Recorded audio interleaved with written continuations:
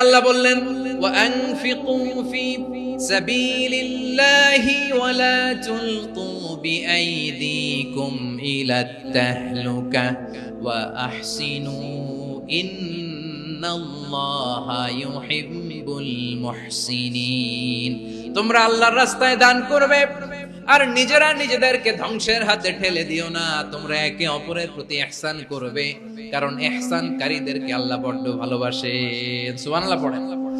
আবার সূরা রহমানে আল্লাহ বললেন হাল জাযাউল ইহসানি ইল্লাল ইহসান ফাবিআইয়ি আলা, সবাই পড়েন ফাবিআইয়ি আলাই রাব্বিকুমা তুকাযযিবান।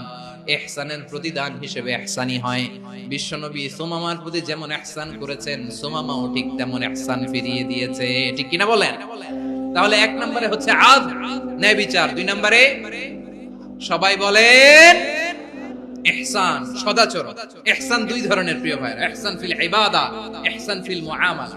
ইহসান ফিল ইবাদা হচ্ছে একাগ্র অনুভবে ইবাদতে ডুব দেওয়া, এর নাম ইবাদতের ইহসান। সুবহানাল্লাহ পড়ুন। বিশ্বনবী বলেন ইহসান মানে কি জানো নাকি?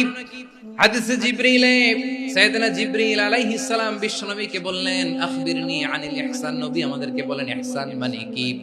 বিশ্বনবী বললেন আনতা আবুদাল্লাহা কাআন্নাকা তারাহু ফাইন লাম তাকুন তারাহু ফাইন্নাহু ইয়ারাক।